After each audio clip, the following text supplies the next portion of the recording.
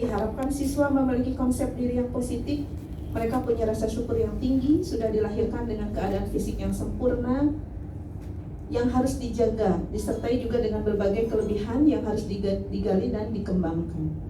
Model pembelajaran yang digunakan adalah discovery learning, di mana melalui model pembelajaran discovery learning ini yang terintegrasi Case-Pro, pembelajaran dapat lebih bermakna. Pembelajaran dilakukan melalui eksplorasi dan penemuan mandiri pengetahuan dan pemahaman materi pewarisan sifat dan kesehatan reproduksi. Tujuan dan manfaat. Untuk tujuannya yaitu untuk lebih mengetahui peningkatan pemahaman materi pewarisan sifat dan konsep diri terkait kesehatan reproduksi sehingga dapat mencegah perilaku beresiko dan perilaku seksual beresiko melalui pembelajaran discovery learning.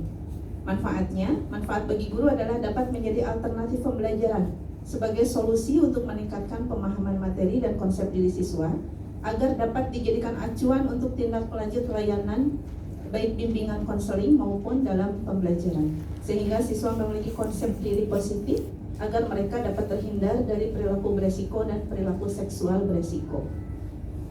Kegiatan yang dilaksanakan dalam hal pembelajarannya adalah yang pertama pretest untuk materi pewarisan sifat, kemudian kuesioner diberikan di awal nanti dan di akhir ya. Dan di sini kuesioner awal untuk konsep diri. Kemudian setelah itu baru masuk ke langkah-langkah pembelajaran dengan menggunakan model pembelajaran discovery learning. Setelah itu, setelah selesai pembelajaran, dilanjutkan dengan post-test lagi. Post-test untuk materi pewarisan sifat, kemudian juga diberikan lagi kuesioner tentang konsep diri. Nah, untuk proses pembelajarannya, yang pertama tahap atau sintaknya itu adalah tahap stimulation, di mana dalam stimulation ini diberikan rangsangan. Siswa diberi tayangan gambar sifat-sifat pada manusia yang meliputi misalnya bentuk rambut, kemudian warna kulit, bentuk pertumbuhan rambut pada dahi, tipe perlekatan cuping telinga, dan lain-lain. Sekaligus juga mengingatkan bahwa dalam keluarga juga ciri setiap orang itu berbeda. Bahkan untuk saudara kembar sekalipun tidak ada yang persis sama begitu, sehingga mereka memiliki ciri khas masing-masing. Kemudian untuk yang kedua, sintak yang kedua adalah problem statement, identifikasi masalah. Siswa di sini mengajukan beberapa pertanyaan tentang pewarisan sifat pada manusia. Misalnya, yang mereka ajukan misalnya, mengapa bentuk rambut dan warna kulit kita bisa berbeda-beda? Karena tidak jarang, ternyata anak-anak kita itu tidak pede begitu. Ibu, kenapa kulit saya mah begini hitam, ibu saya mah putih begitu. Ya, jadi berangkat dari sana sih saya memang pengennya itu, oh berarti ini konsep dirinya itu belum ada begitu ya. Kenapa saya mah pengen rambutnya bu begini dan mama saya mah begitu begitu. Jadi akhirnya ya itu berangkat dari sana gitu saya. Nah, kemudian untuk yang ketiga, sintak yang ketiga adalah data collection atau pengumpulan data. Siswa mengumpulkan data untuk menjawab pertanyaan pada tahap identifikasi masalah, yaitu melalui diskusi, kajian literatur, juga pengisian LKPD.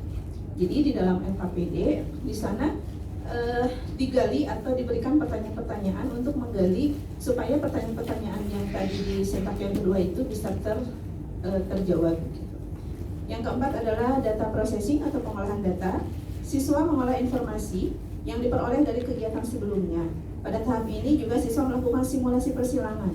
Jadi selain mengumpulkan data-data tadi, kenapa saya begini, kenapa saya begitu, ibu saya kenapa seperti itu, begitu ya. Nah di situ juga, di sini dilakukan simulasi persilangan, di mana nanti anak-anak bisa mengetahui kenapa muncul saya kulitnya seperti ini, sementara ayah ibu saya seperti itu, begitu. Nah itu nanti diketahui dari gen-gen yang disilangkan oleh mereka. Simulasi persilangan sifat-sifat dari orang tua untuk menganalisis mekanisme pewarisan sifat dan mengetahui sifat yang muncul pada keturunannya termasuk pada dia. Gitu. Ini beberapa foto pada saat pengumpulan data dan pada saat pengolahan data. Ini adalah hasil mereka, hasil LKS pengisian pekerjaan mereka. Nah, kemudian untuk yang kelima adalah verifikasi atau pembuktian.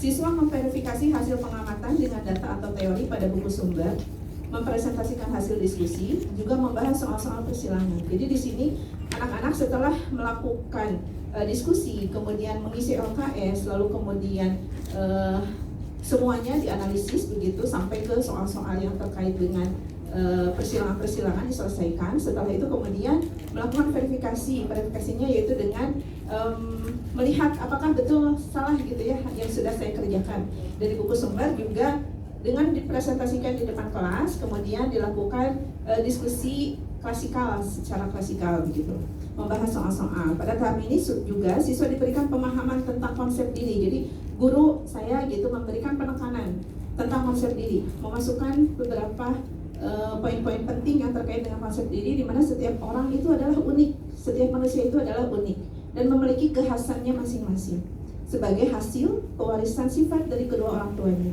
Jadi dimanapun manusia di muka bumi ini tidak ada yang persis sama, sekalipun kembar sekalipun begitu. Dan itu yang patut disyukuri dengan selalu menjaga tubuh, kemudian mencegah perilaku beresiko, juga perilaku seksual beresiko. Jadi dengan anak-anak bisa mensyukuri apa yang dia dapat, apa yang dia punya begitu, mereka lebih mempunyai konsep diri yang tinggi, supaya dia juga bisa melindungi tubuh dari perilaku seksual ataupun perilaku yang lain yang beresiko. 5 menit lagi ya Bu. Oke. Kemudian generalisasi atau menarik kesimpulan, siswa secara klasikal menyimpulkan hasil diskusi dan pembelajarannya. Nah, ini pemberian pretest dan posttest materi pewarisan sifat sebelum pembelajaran ya. Ini soal-soalnya, kemudian ini prosesnya, ini contoh hasil pretest, ini hasil posttest, foto-fotonya. Kemudian pemberian kuesioner juga pada awal dan akhir.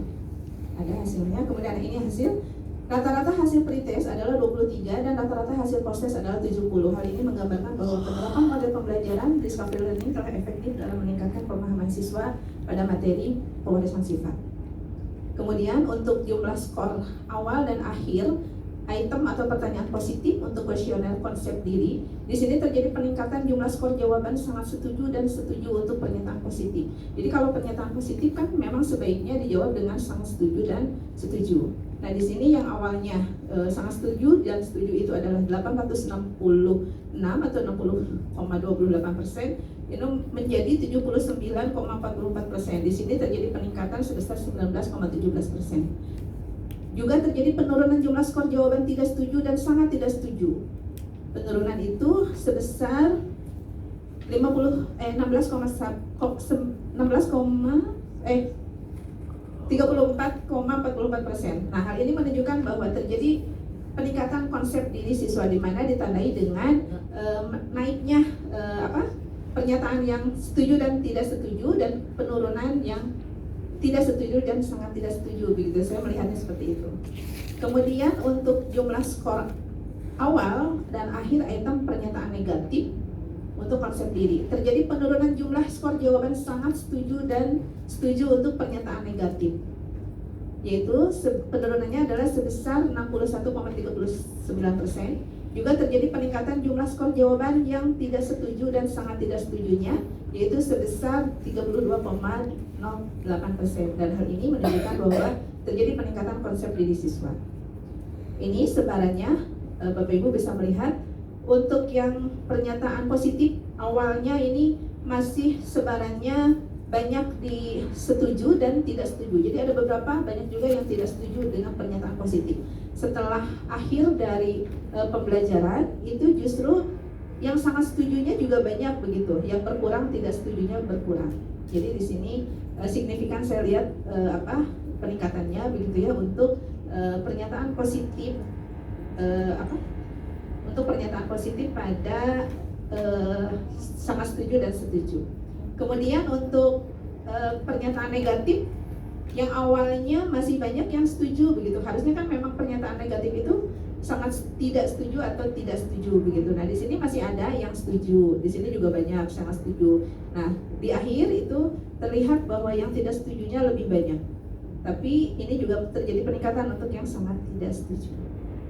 Itu kesimpulannya, berdasarkan hasil pembelajaran discovery learning pada materi pewarisan sifat terintegrasi Kespro, disimpulkan bahwa terjadi peningkatan pemahaman siswa pada materi pewarisan sifat dengan model discovery learning yang ditandai dengan meningkatnya hasil pretest ke posttest, dengan rata-rata hasil pretest 23 dan hasil posttest adalah 70.